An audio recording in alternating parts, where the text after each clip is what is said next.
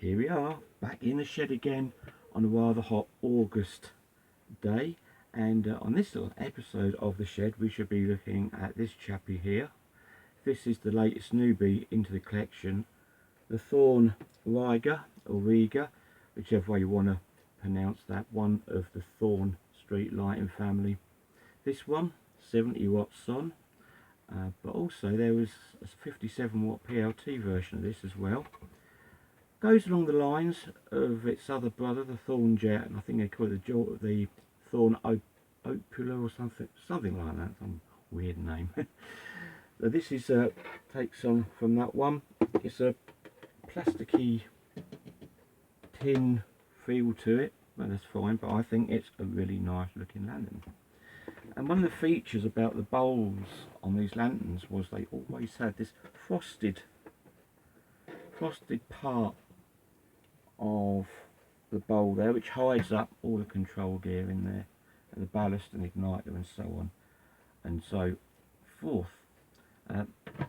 Plastic clips, not too much a fan of plastic clips, breaky maybe, nevertheless a nice looking lantern. I do like these ones. These ones, there we go, so that they unclip like that. It seems to be the same kind of clip that's on the Beta 5 and Beta 2 models as well on the sodiums. Nice and easy, just comes right down like this. There we go. And now we can see where the ballast, igniter and caps all placed behind there. 3 screws. This comes out. Also you can adjust the actual gear tray to adjust the beam on the lamp inside. Standard 70 watt tube. There we are.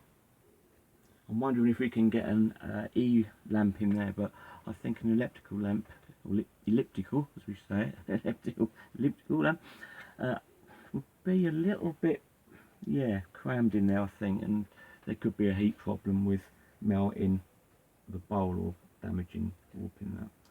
But there we are, 70 watt T is quite nice for it there. And as I say, the actual whole gear tray can be moved to sort out the beam by these 2 screws, and there's one behind there as well, so the maintenance on this is easy. Now when this one come along, it had a photo cell which was, if I got it with me I would like to show you it actually. The photo cell actually fell all to bits in this lantern, and I did have it somewhere here, it fell down. Never mind, it's always the same when you're making the videos and you think you've got everything here, and then it vanishes, which is, yeah, or is this it over here? Is this it here? Oh, I found it. Here we go. Right, the photo cell had totally come to pieces on this one, and this was laying inside on top of the gear just like that, as it is. So, got a new cell on order. Photo cells of this kind, you can get them as cheap as a £5, pick them up online or eBay, somewhere like that. Unfortunately didn't have one laying around, so I couldn't do that, but I kept the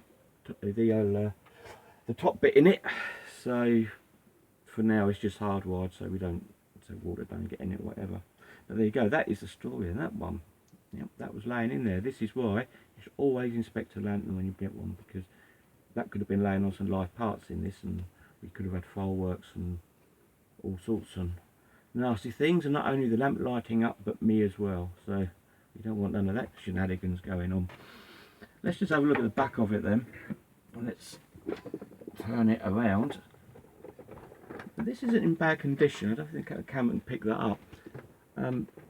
This back part here, that's got a screw there, and that comes off, and that's where all your let's see if I've got a screwdriver to take that off with, and hopefully just show you the back of it. There we are, that's it.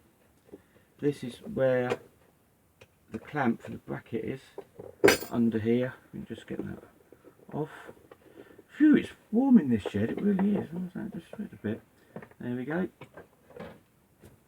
There is the clamping system that clamps it onto the spriget, onto the column. Straightforward again. These two bolts on the top there, and the one on the other side, that's what clamps it. So there we go, that's what goes on there. And it can also be post top mounted with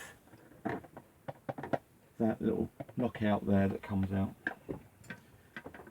Right, so let's try and get this back round as it was. Just get it to stand up on its own for a minute. Yeah, there we go. There's a few little cosmetic scratches on it, but a little bit of cutting compound on there should bring that out. This doesn't need any work doing whatsoever. The wiring's fantastic in it. It's in really good condition actually, considering. Just surface scratches, but we can deal with those. So we should have a look at it lit up. So if we just do this here, I'll get this plugged in. I quite like this lamp. I think it's a very stylish lamp, to be honest. There we go. There's the fire up, so that will now warm up.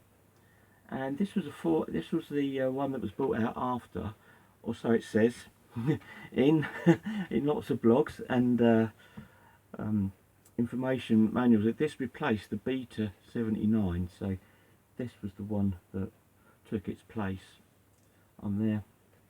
But overall, a nice looking lantern. A lot of lanterns followed this sort of shape. The sapphire and one of the industrials did as well, similar kind of shape to this. But overall, a nice little lantern, which I'm very pleased with, which is going to take pride and place in the collection. So there you have it, the THORN RIGA, or RIGA, whichever way you want to pronounce that one. all these strange names we have to pronounce. There we are, nice little lantern that. It looks a bit like a flat iron, as someone told me, in the shape of it. But there we are. So if you enjoyed this video, as always, it's the first video of August that we've done, give it a thumbs up, and if you ain't subscribed, now's the time to do that. So it's great, the subscribers are going up, so I'm really pleased about that. Questions or comments down below, good, always like to have those. Try to reply to them when I can. Oh, that's getting bright. Sun. And don't forget to click the bell icon for notifications of further videos. And with that, from here in the shed, I shall see you on the next one. Thanks for watching. Bye for now.